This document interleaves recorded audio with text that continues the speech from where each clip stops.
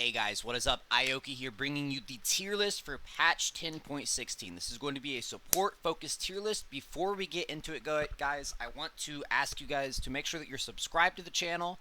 We are getting very close to hitting 50,000 subscribers, which is just an insane milestone. So I'm going to be doing a big giveaway when we hit 50,000. So make sure if you want to support this type of support content that you're subscribed to the channel. So let's get into it, guys. This is the patch that Worlds is going to be played on.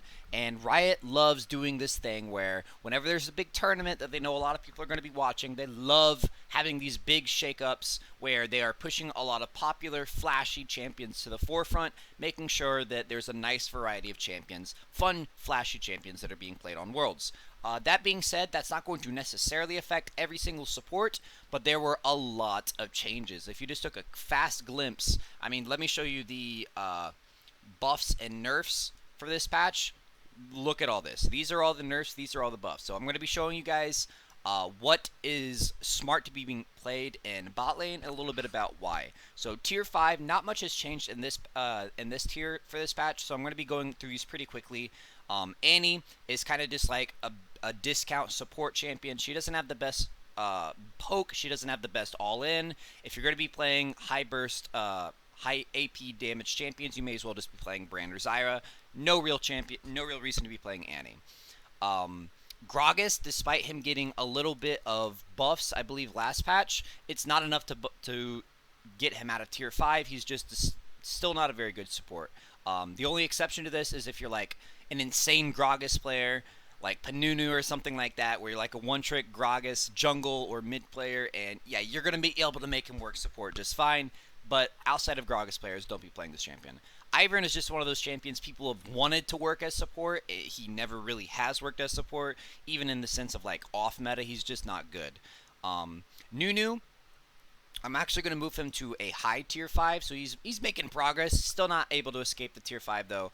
There's a new strategy where you're basically just running Predator no matter what lane you're playing him in. It works great in mid lane, it works great in jungle, not so hot in support unfortunately.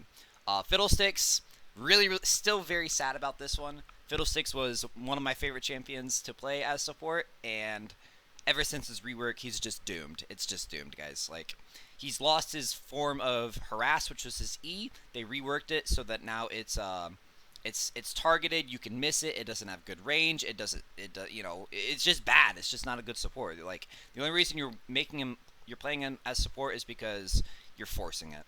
Ahri, I am actually going to move this as well to high tier 5. Still not quite enough to escape out of tier 4, but there is a strategy where you can play her as Glacial and just basically be like a catch champion. It's not terrible. Definitely not good though. Amumu, if you're going to be playing him as support, you should be playing him as full AP. Again, not good, just not good. Anivia, again, another cheese pick. I am going to move him to high tier 5. Not good enough to escape out of tier 5, but there is 2 high elo players that play nothing but Anivia support, so I feel like there's something there, but I can't tell you much more beyond that. Malzahar, incredibly reliant and gated by his R. If your R is not up, you're contributing nothing to the lane except for pushing it, which is almost a universally terrible thing to do as support, so not good. Rammus, again, I've seen people make this make this work, and this is one of the ones that people have like kind of pushed back on me at and like argued with me about because they're like, oh no, he's tier 3, he's he's at least tier 4. In my opinion, he's just a really, really bad version of Alistar or Leona. Yeah, he can engage through the minions. He's got great roams, but people are going to see him coming from a mile away, so that's our tier 5. These champions are trash. I don't recommend playing them at all unless you just really, really enjoy these champions. You are 100% going to struggle if you play those champions. Alright, moving on to the tier 4. You are hurting your climb by playing these champions. Now, there is a particular pick that I really want to talk in depth about on this tier, but we'll get to her. I'm sure you know who it is by now. Tahm Kench, he's just struggled in the support position for the past 2 years.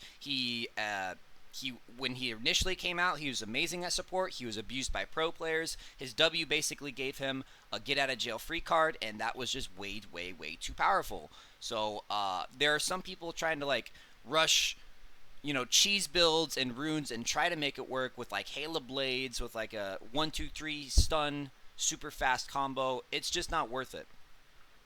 If you're gonna play him, run Guardian in my opinion. Like I said, there are those like cheese players that are running like insane things like press the attacker or Halo Blade support, but not worth it in my opinion. Neeko has also struggled in the support position. She's one of those champions that on paper seems like a really good support. You know, she's got poke, she's got lockdown, she's got everything that you want out of a poke support, but she's just a little bit too short ranged.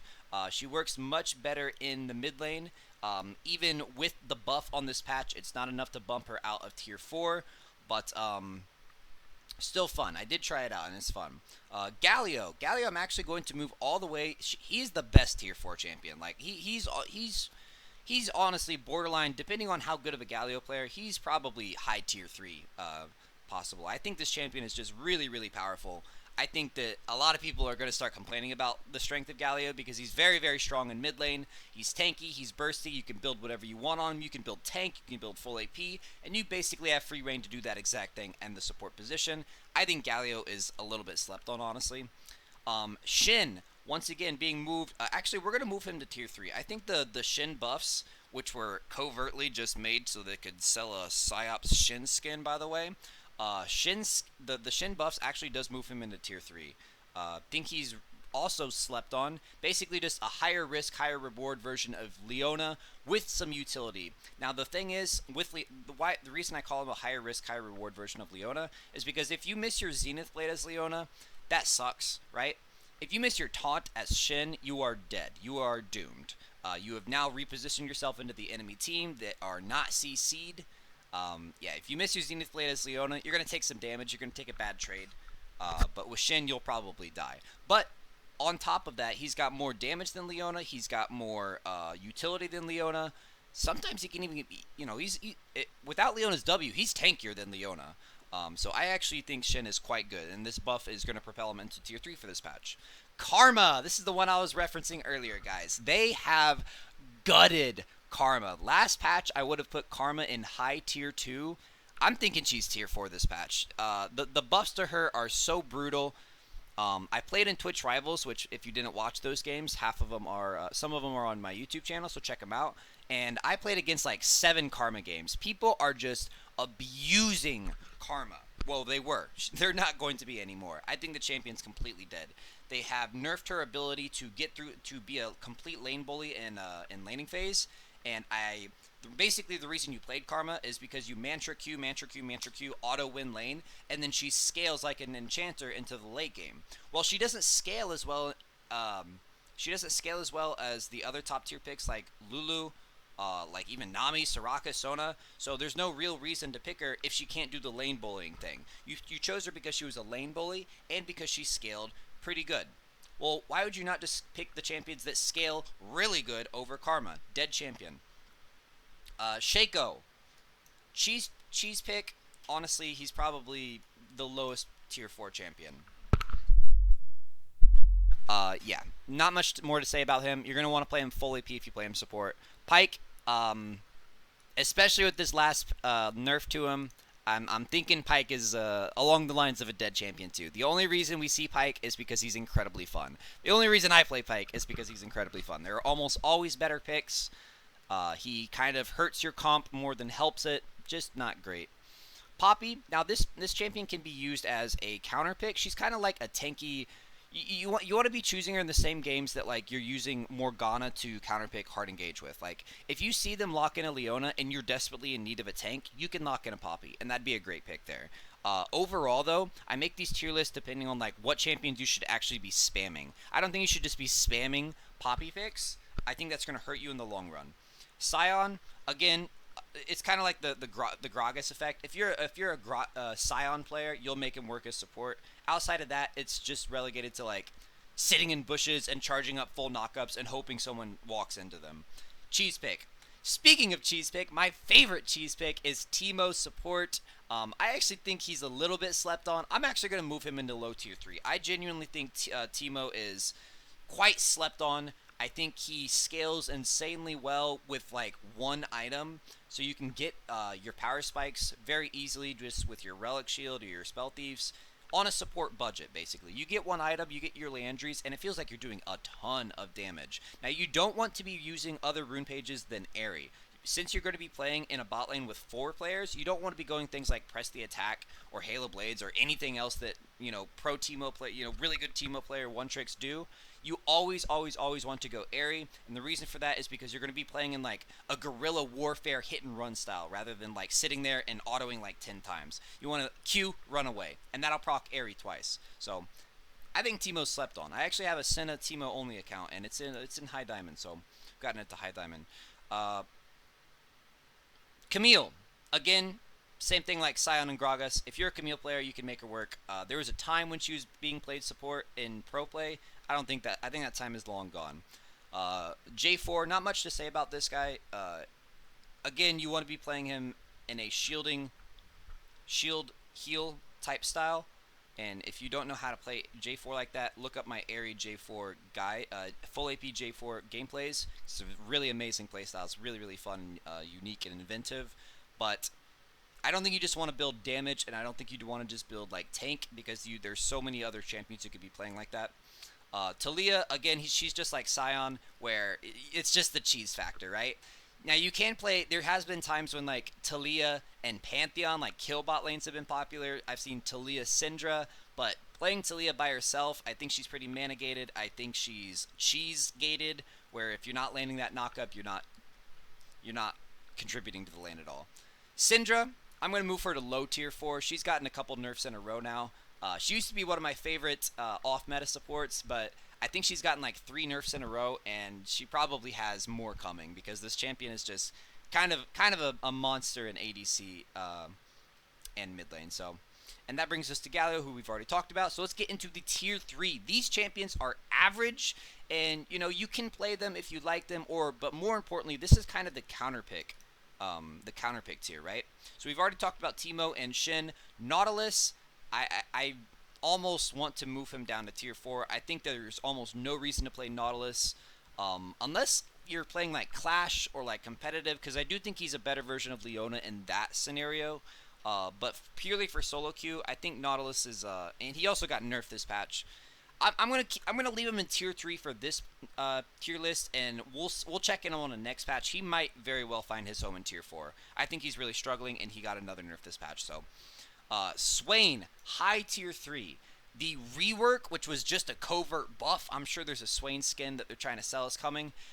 Yeah, the rework was just like buff on top of buff on top of buff, and while mid lane Swain greatly benefited from that, support Swain definitely also did too. So I think Swain is actually a great pick. Not necessarily for counter picks. He's just much better than he was 2 patches ago. So I'm going to keep an eye on him, and he might find himself into tier 2. I'm going to get a few more games on him to get a feel for him on the patch, but definitely high tier 3. Braum, I don't want to talk about this champion. Taric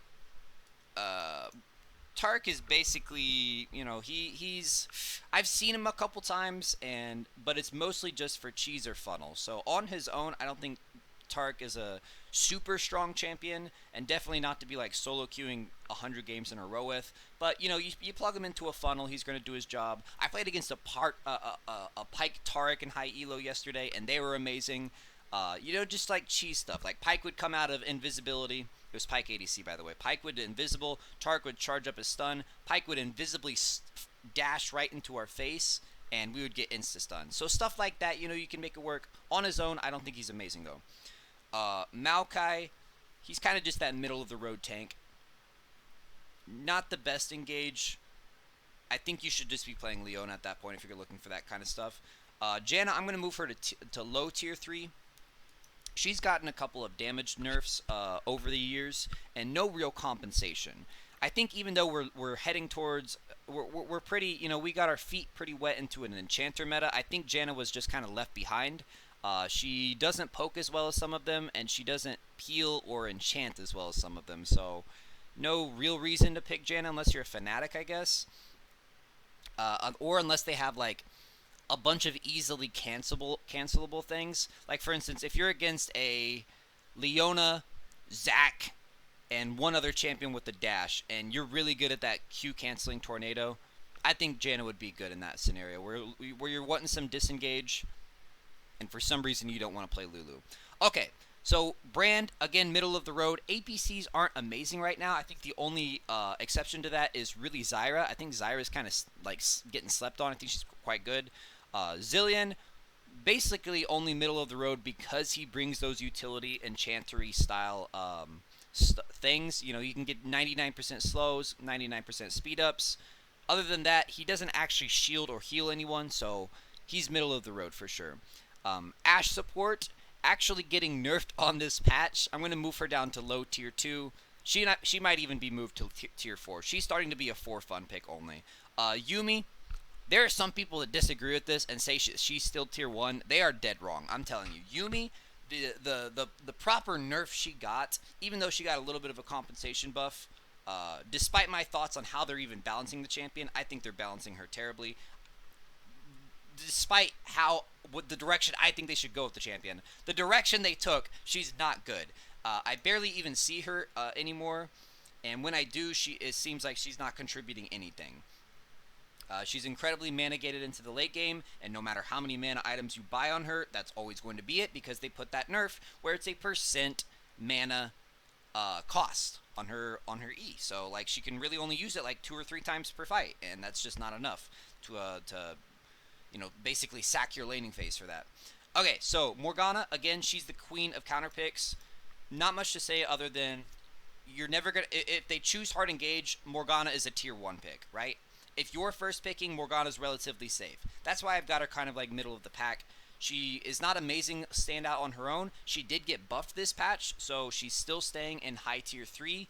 But the best counter pick in the entire game against hard engage, not amazing on her own. But this patch did knock off 1 second off her cooldown, so she can do a little bit more on her own. Alistar, I think the buff from I think it was 2 patches ago, where they lowered his Q cooldown by 2 seconds. I think that's amazing. I think that's the biggest weakness that he ever had, is that he's so gated by these massive 16 plus second cooldowns. Now it's a little bit lower. You might be able to get it off twice in a team fight, where previously you only able to get it off once. But you can do so much as an advanced Alistar players. Amazing roams, amazing team fight potential. You can peel, you can engage, and now you can do a little bit more.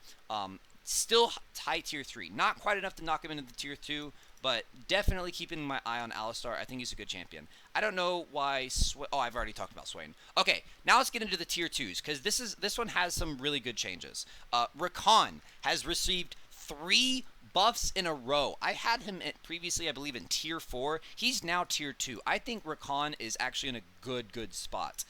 I played him all throughout Twitch Rivals. I think he's great in a competitive sense, and I think he's starting to actually be pretty good in solo queue. This patch, he's got a massive buff to his ultimate, where it was previously 50% speed up. Now it's 75% speed up, guys. You are now going to be able to be the primary engage for your team, like in a lot more scenarios, where previously you're kind of like peeling and being the follow-up or the peel, like the disengage. Now you're going to be able to catch that person. I can't tell you how many times I activated my ult, I ran at them, but I was just like an inch away. Now I'm actually going to be getting them, and once you get that first charm, you get access to the rest of the speed up, right? But it's that first charm that you need that is hard to hit, and this is going to help you hit that first charm. I think Rakan is actually quite strong. Senna, some people think she's tier 1. I still think that she hurts her team, like most team comps that she's in. She presents a weakness rather than filling in a weakness or band-aiding a weakness. That's the only thing that keeps her from tier 1. Numbers-wise, she's great. She works with a billion different champions. She works with a billion different builds. Champion is kind of fundamentally broken, honestly. What more is there to say? I love this champion, and I hope she's always strong. But she isn't tier 1 in my opinion, so tier 2, very good. Leona, same thing. I think just because we're in a enchantery, get to late game, and hyperscale meta, Leona is struggling if the game goes past like 25 minutes. But historically that's always been the case. I think she's really good against a lot, like all of these, which definitely keeps her out of tier 3. Almost puts her into tier 1 just because she's good against everyone else in tier 1. But you better win laning phase. If you lock in Leona, you better win laning phase. That's all I'm saying. Bard took a hit to the head on this patch, and it's his base stats. So that was enough to knock him out of tier 1 for me. Still very good. Still a god tier playmaker. Still brings some unbelievable utility and pretty good damage and all around just very good champion. Zyra is the exception to the rule when I say that APCs are trash. I think she's getting slept on. Think she's quite good. Thresh knocked out of tier 1 just because he's felt very underwhelming to me in the past couple of patches. He was always going to be a good champion because he's like the playmaker champion. He's got a certainly T kit. I mean, it's the guy that designed Yasuo designed a support. I mean, that kit is just always going to be good, right? His kit is always going to be good. His numbers are starting to feel underwhelming when you're put up against numbers strong monsters like these enchanters, and I'm going to talk about tier 1s next. So, Thresh actually moved out of tier 1 into tier 2 for me. Amazing kit, but your kit can only carry you so much if your numbers aren't there. Let's talk about tier 1. Oh my god, these champions are broken. So Lux, previously tier 3, there is a new strategy where you're running Lux, Sona, bot lane, and it's unstoppable. It's like actually the most broken thing in the entire game. You both run Spell Thieves, so you've got 2 support items. We back on this old BS again, I guess. People abusing support items. You end up having 2 sight stones. You end up having even more gold than the enemy team because you're trading off who farms what. You're farming just enough not to lock out your support gold stuff. So specifically in that Sona Lux combo, Lux and Sona are both tier 1. If you're not running them, I think probably Sona dips into tier 2. Lux probably does too. But if specifically in that combo, easily tier 1. If you haven't seen that combo, I've got 2 videos on it, one from the perspective of Lux and one from the perspective of playing Sona. You're both playing them support, so it's just like, it's an insane amount of shielding and healing and utility and Guardian and Summoner heal and Barrier and Lux W and Sona W. Like, you can't kill these champions, I'm telling you. Nami, I think a lot of people would argue with this one, but I just think Nami is very, very strong. Very, very overall solid champion at every single stage of the game. Blitzcrank is here purely because he's really good against all these other champions. Everyone's spamming these champions. Previously, they were spamming Karma, but dead champion. Yeah, Blitzcrank will completely shred any of these guys if you get some good picks. Soraka, just numbers. She is very just numbers strong. They did a couple changes to her, like 5 or 6 patches ago, and she's just been like stupid strong ever since. I don't know what Boner Riot has for this champion, but she just seems like she's always strong. Lulu, definitely really, really great at combining with the hyper carry ADCs that are starting to present themselves. Get them to late game. Press RE, you've won the fight. Sona, again, with that, specifically with the Lux Sona combo, crazy, crazy strong. Crazy. Like, you have to watch those videos. I think I'm going to link those videos down in the comments because you guys have to see this thing in action. But that is going to be my tier list for patch 10.16. Again, guys, if you watch the whole thing, please subscribe to the channel. We are so close to 50,000 subscribers on YouTube, and I'm going to do a giveaway when we hit that. So let me know if you guys like this type of content because these tier lists, I put a lot of time and effort and thought into them. Research.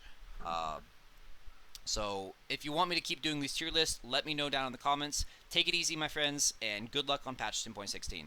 Peace.